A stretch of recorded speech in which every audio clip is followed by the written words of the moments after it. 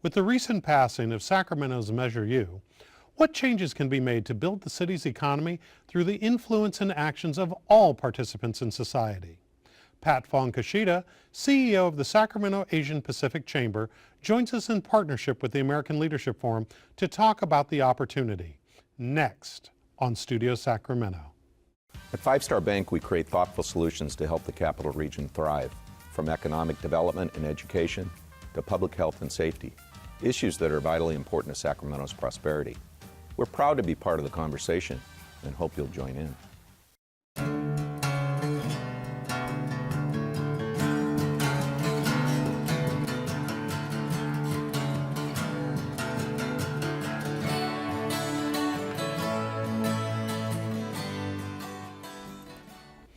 Pat, what does inclusive economics mean to you? Inclusive economic development means that we create intentional pathways so that all communities, all citizens can participate in the economy. I think right now in Sacramento we have a tale of two cities, and in order for us to make sure that we have growth opportunity and that we have sustainable growth opportunity, inclusive economic development really needs to be at the forefront of everybody's discussion. Some might say in a majority-minority state, I know that that's a term that's overused and actually kind of out of date at this point. What do we need with inclusive economic development? Shouldn't it just be based on demographics, especially in the city of Sacramento?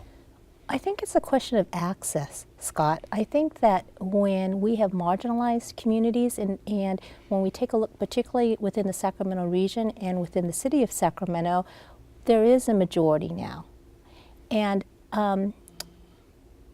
access for that majority is difficult. And so if we... What do you mean access? Access to opportunities, access to workforce opportunities, access to affordability, access to transportation, access to a lot of things that many of us take for granted. I think there has to be more of an intentional strategy around how we are conscious about delivering access to these communities. And is access the problem that you're trying to solve, or does it go bigger than that?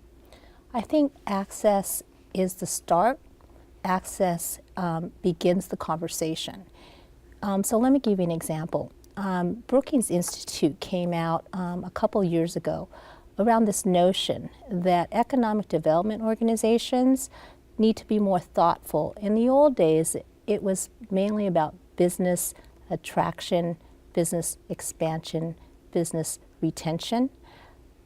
And they started to talk about inclusive economic development because they started to see real inequality starting to occur in a large part in many middle class neighborhoods in many cities around the country. And so Brookings really started to have these conversations, and they looked at San Diego, they looked at Indianapolis, and they looked at Nashville as beta tests, if you will, around what could be done if they were more intentional around creating these pathways. And they were successful in that. What exactly is a pathway? Pathway is creating those linkages that communities can then participate, whether that linkage is around workforce, whether that linkage is around supply chain for small business, whether that linkage is around educational attainment. What are those linkages and what are those strategies in these communities that are going to help lift those communities to add to the economic growth and vitality of the region? Give us a blue sky example as to how these pathways and linkages would work in an ideal situation. In an ideal situation, we would bring a lot of the economic activity back into our communities. In an ideal situation, our anchor institutions, as an example, would have thoughtful strategies around supplier diversity. I think and if we can do a couple of those things well, it gives us the opportunity to take lessons learned from that to apply to other areas. Measure U was passed in order to address this issue in part. What's on the horizon for what's next now that that particular initiative has been enacted into law? Measure U is a gift. Measure U is a gift for our communities, particularly communities of color, because before we had not many tools in our toolbox, and Measure U is about investment. I'd love to see our communities viewed as assets, not liabilities. And what Measure U said, once passed, was yes, we are going to make investments in these assets. And if we do that, I think the return on that investment could be huge opportunities for this community. And forgive me, but what exactly did Measure U, exactly is it going to do? So Measure U was an increase in sales tax by half a cent. And that money was really focused on building a strong base in economic development.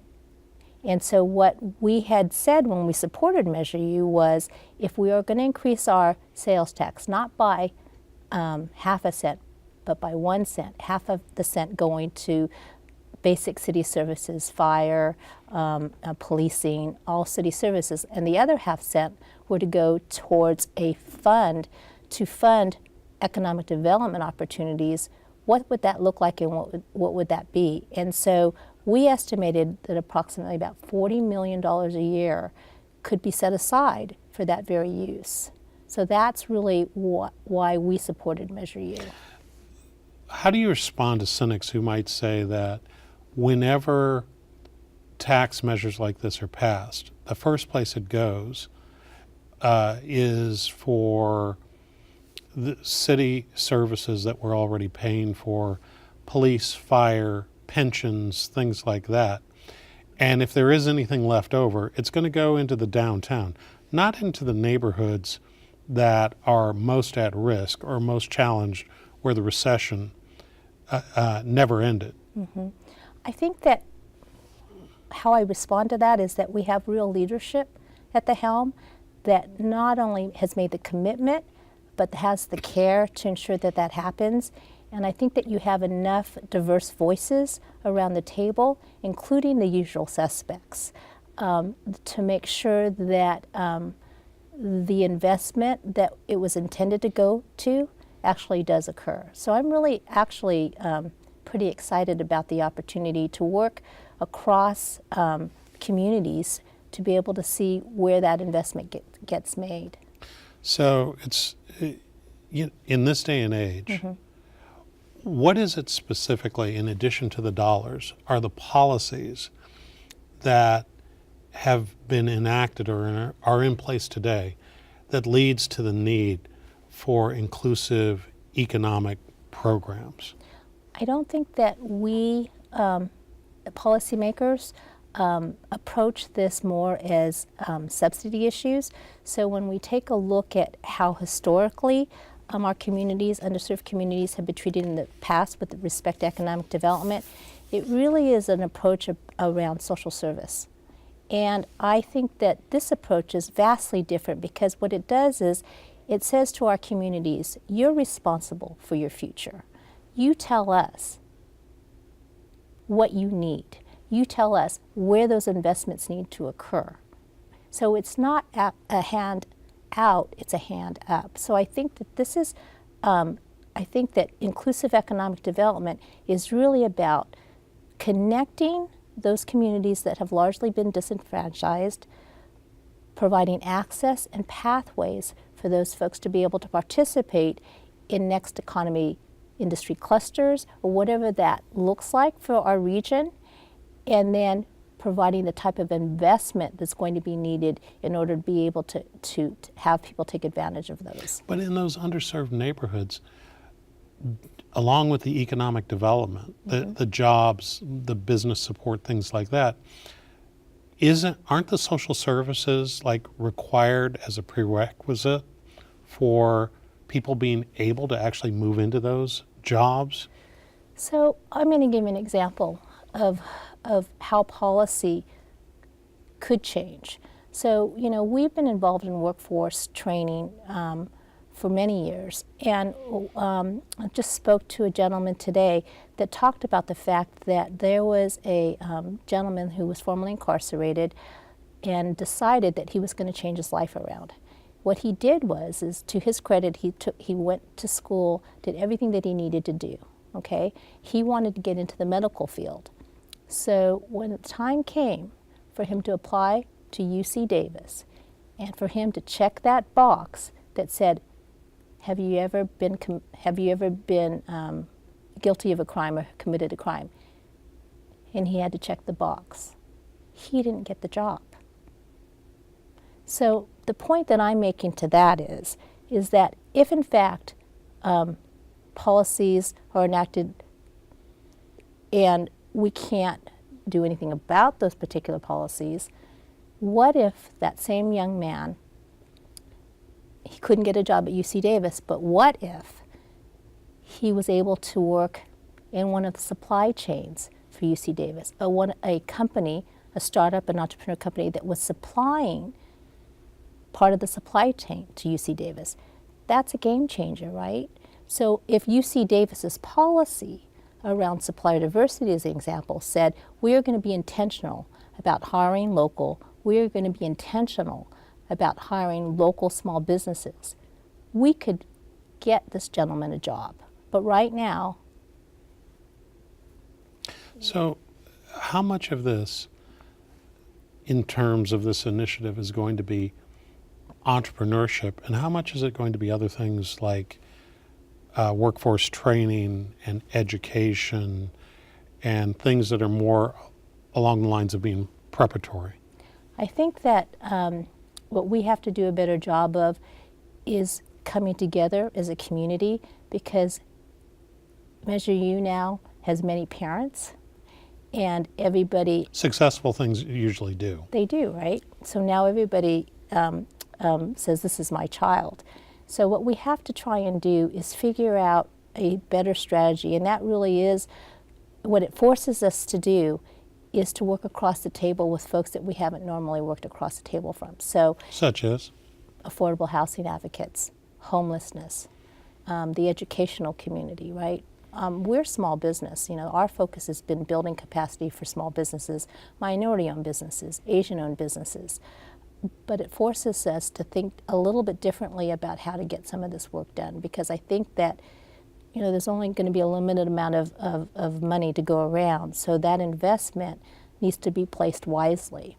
And so what we're working on is an inclusive economic collaborative approach, where we have a number of chambers and a number of PBIDs on these urban corridors. PBID, what's that? Business improvement districts. That basically what we are doing is working together, which we've never done before, chambers of commerce, our regional chambers, and our business improvement districts have never really come together before. And we're doing that for the very first time to really get to some of the things that you referenced, which is what are going to be our top priorities? How are we going to approach this? It does seem that the needs are so great. Mm-hmm. Everything from preparing workforce and providing educational opportunity, even dealing with released offenders, as you described in your example, to entrepreneurial support and things like that. Where do you start? I think that you start with a basic understanding of what's a priority for the community. And from our perspective, certainly we have small business as our interest, but I do think that it's a basic premise of we can't be everything to everybody. We can't boil the ocean. Let's start on a pilot program. Let's do something and have some success, build trust, because trust is key in order to get this done, because many community-based organizations for years have been in these neighborhoods working very hard on a lot of these issues. And for the first time, they're seeing folks that haven't necessarily been there. So to work together to do some of this and start initially on maybe something small and to be able to build from there, I think is going to be crucial to building trust and then to get to scalability and to something larger. Are these activities that are going to take place, are they being conceived as investments or as grants, where it is that the money is put out there, once it's exhausted, it's gone? Or is this something that is going to ramp up over time and have some sort of return on investment to it based on the outcomes? I think a little bit of both, and let me say why. I think that our communities, particularly communities of color, are new to the investment game, are new to creating those kinds of returns on investments that, that folks want to see. What do you mean? Well, we're used to applying for grants, and that return on investment in terms of a rate of return on the money given is new to us. When we apply for grants, what are our metrics? Is it the number of jobs we create? It's the amount of people that we get through particular programs. What are those metrics? If we are going to change the way we look at things, then it is going to require a little bit of finessing around how that occurs.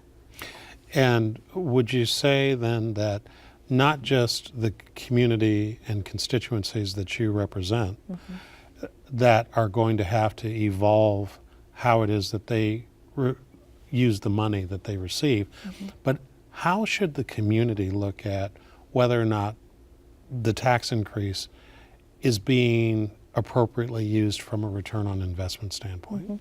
I think that we had that conversation earlier today with a number of community-based organizations, and some of us are of the mindset that you're going to have to figure out how you do both.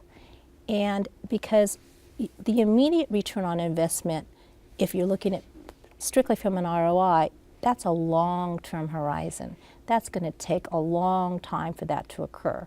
So I think that if you want immediate wins in order for the folks that supported Measure U to see progress, then you're going to have to sacrifice a little bit around what you expect off of that investment in order to be able to show to the community that you have some successes.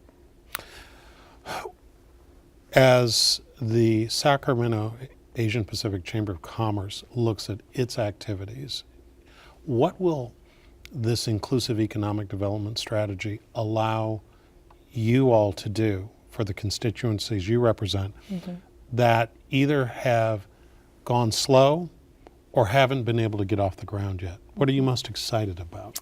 I'm excited because we've been doing this work, Scott, for over 20 years, and we have been working on issues of workforce. We've been working on issues of small business and building capacity for that. I'm excited because right now, at this particular moment in time, everybody is rowing in the same boat. Everybody understands that if we continue to have cities, in particular the city of Sacramento, two separate cities, and that gap continues to widen, real growth, economic growth, is not going to occur. And so I'm just very excited about the fact that everybody is now thinking about inclusive economic development from a framework that it makes sense for economic growth. That's the key. Though, wouldn't another view be that as long as on the macro level there is economic growth, that the rising tide would lift all boats anyway, regardless of neighborhood or zip code? We've been doing that strategy for years, Scott, and we're in the place that we are now. The trickle down doesn't work and hasn't. To a certain extent, at what level then do we start to have the real conversations about what communities need? And what communities need are not a handout. They need access. They need pathways. They need intentional strategies to connect them to the opportunities that many of us take for granted. And at the very fundamental neighborhood level, when you're looking at young people that are not connected to a career path, when you're looking at people who maybe lost their jobs in the recession and never received any retraining, where will they go to connect in? Will it be organizations like yours? Is it the higher education system? How will people bolt up into this new strategy so that they can benefit from it as well? And even further than that, Scott, I would say in this, we are now quickly becoming an economy that's global. Globalization is happening. Technology and innovation is occurring. So the way that we used to do things, we have to figure out not only a strategy around how we reach the communities that you just described, but we have to do it differently, right? And we have to do it quickly because it's happening now, right? The autonomous vehicle discussion, electric vehicle discussion, all of the things that are happening with drone activity, all of the new technologies that are occurring, robotics, all of those are happening now. And our communities are can continue to get left behind even further, right? Maslow's hierarchy of needs. So we have to think of new ways of reaching these populations. What's interesting is that while these disconnects are evident if you look at the literature and the latest data, at the same time, there are many areas where it is that there are thriving microeconomies, but it doesn't seem like the powers that be even know they exist. To give you an example, the economic vitality that the API community has created along Stockton Boulevard in South Sacramento over the past 15 to 20 years is absolutely amazing. But when we're having discussions about communities like that, or different communities in other parts of the state where it is that there are thriving business districts, where English might be the second most spoken language, those economies are thriving, but they don't seem to be connected up to the broader economic conversations. Why is it that historically leaders have missed that?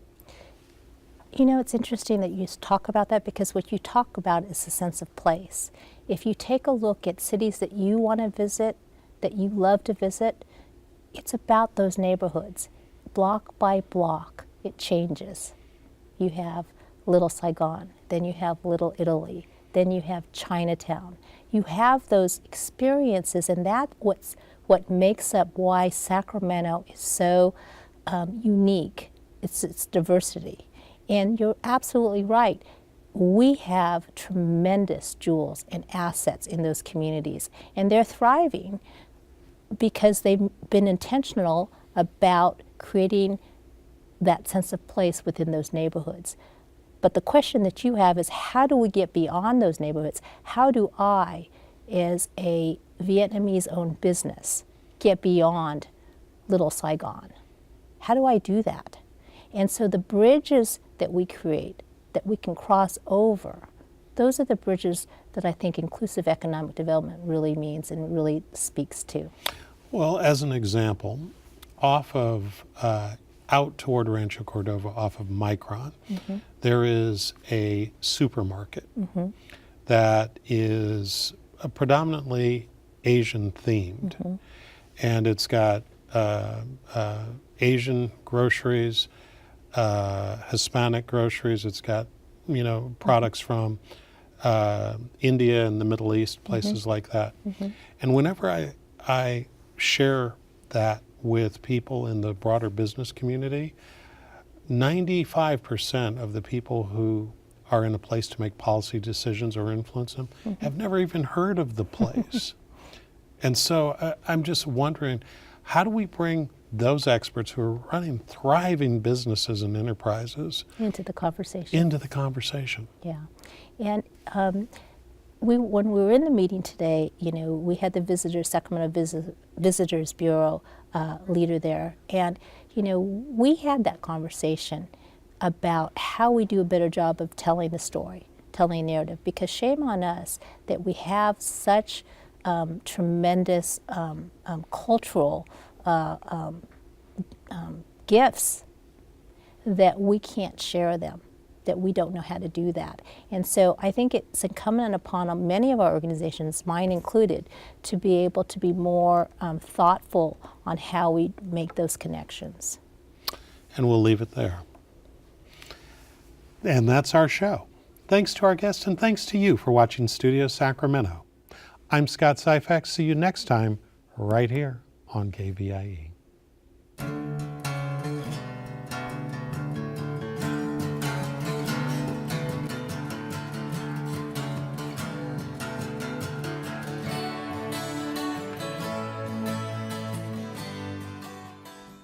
At Five Star Bank, we create thoughtful solutions to help the Capital Region thrive, from economic development and education to public health and safety, issues that are vitally important to Sacramento's prosperity. We're proud to be part of the conversation and hope you'll join in. All episodes of Studio Sacramento, along with other KVIE programs, are available to watch online at kvie.org/video.